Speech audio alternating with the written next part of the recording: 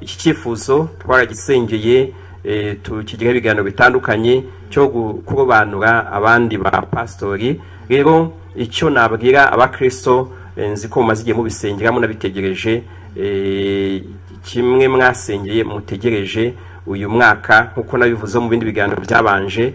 Uyu mwaka dufite gahunda yuko tugiye gutangira gusengera abapastori nacyo nkigarukeho mvuze ko gutangira uyu mwaka urebye abapastori twifuza kubona byibuze kugeza mu mpera z'umwaka wa 2026 ntabwo bari munsi y'abapastori 1500, ntabwo bari munsi yabo. Ubu rero hatangiye urugendo rwo gutoranya rwo kureba abujuje ibisabwa, bafite ubuhamya, bafite umuhamagaro, bafite urukundo rw'umurimo, urukundo rw'itorero. Icyiciro cya mbere cy'abagiye gusengerwa bazasengerwa bazarobanurwa mu kwezi kwa 12 kuri mwaka wa 2025. Gahunda yo kubarobanura no kuba inshingano iteganijwe hagati y'itariki 9 z'ukwa 12 n'itariki 18 z'ukwezi kwa 12. Byibuze icyo nababwira twakishimira nuko 33% yabo nabagore. Cyo kwishimira kandi ni igisubizo gikomeye tumaze igihe dutegereje nk'itorero kandi kigiye guha ubwiza itorero rya ADEPR ndetse n'abafatanyabikorwa baryo n'abakristo mu kintu gikomeye dutegereje kubona mu kugira abagore mu nshingano za gipastori za gishumba. Nuko mu cyerekezo turimo kigeze 2050 twifuje ko itorero izashyira imbaraga mu kwaguka kongera umubare w'abakristo, ariko tunashyira imbaraga mu guhindura abantu kuba bigishwa, kurera abakristo bakaba abigishwa, bakashinga imizi byo kwizera Kristo, bakagira uburere bwa gikristo. Buriya nkuko nabivuzeho abashumba b'abagore bagira imbaraga nyinshi muri uwo murimo wo kurera abakristo. Hari abatubaza ese itorero riteganya iki kugira ngo naryo rigire kaminuza yigisha iby'ubukamana nkuko twagiye tunabigarukaho mu cyerekezo cyacu 2025 muri iki cyerekezo no mu itinyabikorwa ry'imyaka 5 iyo gahunda irimo. Ndagira ngo mbagezeho bimwe mu byo umuvugizi w'itorero rya ADEPR mu Rwanda yatangaje by'abashumba bagera ku 1500 bitegura gusengerwa ku nshingano y'ubupastori mbere y'uko umwaka wa 2026 urangira. Ariko ikiza kirimo nuko muri abo bapastori nibura 33% azaba ari abagore. Ngira ngo byagiye bigarukaho cyane mu bihe bigiye bitandukanye. Rero noneho igihe cyabyo kirageze ko itorero rya ADEPR mu Rwanda riha inshingano y'ubupastori abagore. Ni ibintu bitari bisanzwe bimenyerewe, ariko kandi nyine nk'uko umushumba yagiye agenda abigarukaho mu ijambo ngiye kureka mukarikurikirana, yavuze ko bizongera ubwiza bw'itorero ndetse no guha nyine umugore ako gaciro ko kuba ashoboye. Rero nibyo tugiye kugenda twumva muri iki kiganiro umushumba mukuru w'itorero rya ADEPR yagiye agenda agarukaho, aho yavuze ko abo bapasteri barimo kwiga, abandi bari gusoza kaminuza, ndetse yewe ikindi yagarutseho nuko nkuko abakristo bagiye babyifuza ko ADEPR ikwiriye kugira ishuri rya kaminuza ryigisha theology. Nabyo yavuze ko birimo bitegurwa kandi mu gihe kitarambiranye iryo shuri naryo rizagira gutya rikaboneka, ndetse kandi ko kuva ku itariki 9 z'uku kwezi kwa 11 ubwo ni ku cyumweru gishize hatangiwe kugenda harangwa abitegura kuba abapastori cyangwa se abitegura gusengerwa kuri izo nshingano. Bari kugenda bamurikirwa abakristo mu maparuwasi atandukanye ndetse no mu ndembo zigiye zitandukanye. Rero ibyavuzwe biratashye by'uko abagore bagiye gusengerwa bwa mbere ku bupastori mu itorero rya ADEPR. Muri make narindi kuvuga ko ejo tuzabaranga, ariko gahunda yo kubasengera iri mu kwezi kwa 12 nkuko nabivuze hagati y'itariki 9 na 18 buri burembo buzagira itariki yarwo. Ejo nabwo bazayibabwira muri buri burembo bamenye uburyo batangira kubyitegura. Bari kwiga muri kaminuza zose n'abari kurangiza bari hafi mu 1800. Turashimira Imana rero, kandi uyu mwanya kanawufate mbashimire ko kubikora bisaba ubushobozi, bisaba umwanya, bisaba ubwitange. Nshimire amatorero, nshimire iyo tuvuze itorero ADPR nyine ni twese hamwe, ni twese hamwe. Iyo hari biri gukorwa n'abakristo, iyo biri gukorwa n'abayobozi b'amatorero, byose biri gukorwa n'itorero ADPR. Turashaka kubashimira rero, kandi tunabatera umwete ngo igisabwa cyose fite aho bihuriye nivuga butumwa n'umurimo w'Imana, ariko tukaba tunazirikana ko ubumenyi bukenewe ari ngombwa kugira ngo umuntu akore wa murimo anabihuza n'ahakorera ndetse n'igihe. Rero amabwiriza dufite ateganya ko mu mwaka utaha mu ntangiriro mu kwa gatatu abayobozi b'amatorero bagomba kuba bafite icyiciro cya kabiri cy'amashuri yisumbuye mu by'iyobokamana, cyangwa se bafite icyo cyiciro mu yandi mashami, baranakoze amahugurwa cyangwa se barize teoloji, iby'iyobokamana amasaha 1200. Ibyo rero nabyo turi mu rugendo rwo kubyitegura. Tunashimire abanyetorero ko twabagejeho icyifuzo ko twifuza ko abantu biga bari mu mirimo itandukanye, bafite umuhamagaro, bafite ubuhamya. Ubu abo dufite bari kwiga muri kaminuza zose n'abari kurangiza bari hafi mu 1800. Turashimira Imana rero, kandi uyu mwanya kanawufate mbashimire ko kubikora bisaba ubushobozi, bisaba umwanya, bisaba ubwitange. Nshimire amatorero, nshimire iyo tuvuze itorero ADPR nyine ni twese hamwe, ni twese hamwe. Iyo hari biri gukorwa n'abakristo, iyo biri gukorwa n'abayobozi b'amatorero, byose biri gukorwa n'itorero ADPR. Turashaka kubashimira rero, kandi tunabatera umwete ngo igisabwa cyose mushyiremo imbaraga tugikore kugira ngo murangize kwiga. Kurangiza kwiga ntabwo bikemura gusa ikibazo cyo kubona abayobozi b'abayobora amatorero, nawe ubwawe usibye kongera ubumenyi, ariko biranadufasha ni gute tubona abantu bakora umurimo w'ivugabutumwa, umurimo wo muri za ministeri mu byiciro bitandukanye, bafite n'ubumenyi bwo kuyobora ibigo by'amashuri, banafite n'ubumenyi bujyanye n'ijambo ry'Imana. Rero ibi turabibashimira, ariko tunasaba n'abandi banyetorero bafite umuhamagaro, bafite bumva ishyaka ry'Imana, tubabwira ngo namwe nimutere intambwe mujye mu kwiga aya masomo y'iyobokamana. Arakenewe.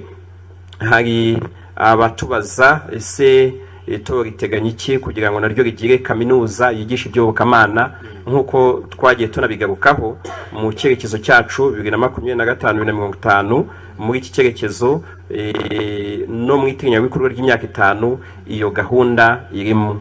Nuko mu rugendo rw'impinduka harimo ibintu byinshi byihutirwa ku buryo kitabaye ari cyo giherwaho, ahubwo duhera ku bindi byari bihari byihutirwa, ariko nacyo kiri mu bintu by'ibanze twifuza ko bikorwa mu gihe cya vuba. Mu gihe rero tutarayigira yacu bwite, n'izindi nazo ni iz'abanyarwanda, nazo nitwe zagenewe, ni izacu, ni iz'amatorero dufatanya. Rero nazo mureke dushimire abari kwigamo, kandi tunashimire n'izo kaminuza n'abarimu. Tujyana ibiganiro mu buryo butandukanye buhoraho bw'uburyo abanyeshuri bari kwigayo, kwiga kwabo bizaba igisubizo ku itora ADPR naho rigana mu gihe kiri imbere. Ndumva mvuze kuzuza ibisabwa. Ikindi wambajije ni icy'abapastori. Ni kimwe mu bintu tumaze igihe twifuza. Mbega iyo tuvuze ko tumaze igihe dufite ubukene bw'abapastori, biraterwa nuko itorero rimaze imyaka irenga 10 mu ndembo zitandukanye, nta murimo wo gusengera abapastori bashya uri gukorwa. Icyo rero kirumvikanisha uburyo nyine iyo ugiye mu matorero, mu maparuwase, usanga abapastori bake, hakabaho wagera ugasanga muri paruwasi yose mu matorero arenga 10 ahari ugasanga nk'abapastori 2. Kambashimire uburyo abapastori twakomeje gufatanya kugira ngo dufashe abakristo kubona ya mirimo bakora ariko iyobowe n'abapastori n'abashumba. Tubashimire, ariko iki cyifuzo twaragisengeye tukigira ibiganiro bitandukanye cyo kurobanura abandi ba pastori. Rero icyo nabwira abakristo, nzi ko mumaze igihe mubisengeramo nabitegereje, kimwe mwasengeye mutegereje uyu mwaka, nkuko nabivuze mu bindi biganiro byabanje. Uyu mwaka dufite gahunda yuko tugiye gutangira gusengera abapastori. Nacyo nkigarukeho, mvuze ko gutangira uyu mwaka, urebye abapastori twifuza kubona byibuze kugeza mu mpera z'umwaka wa 2026, ntabwo bari munsi y'abapastori 1500, ntabwo bari munsi yabo. Ubu rero hatangiye urugendo rwo gutoranya, rwo kureba abujuje ibisabwa, bafite ubuhamya, bafite umuhamagaro, bafite urukundo rw'umurimo, urukundo rw'itorero. Icyiciro cya mbere cy'abagiye gusengerwa bazasengerwa, bazarobanurwa mu kwezi kwa 12 kuri mwaka wa 2025. Gahunda yo kubarobanura no kuba inshingano iteganijwe hagati y'itariki 9 z'ukwa 12 n'itariki 18 z'ukwezi kwa 12. Birumvikana ni gahunda izakorerwa mu ndembo zitandukanye. Burembo bufite itariki yarwo. Ikindi nabwira abanyetorero nuko ku cyumweru cy'umunsi w'ejo ku itariki ya 9 ni mu kwezi kwa 11 nibwo mu maparuwasi atandukanye bazatangira kwerekana abashimwe n'inzego zifite ububasha kugira ngo babereke abakristo. Rero nacyo nicyo kwishimira, kugira ngo ndabize mumaziye mufite amatsiko.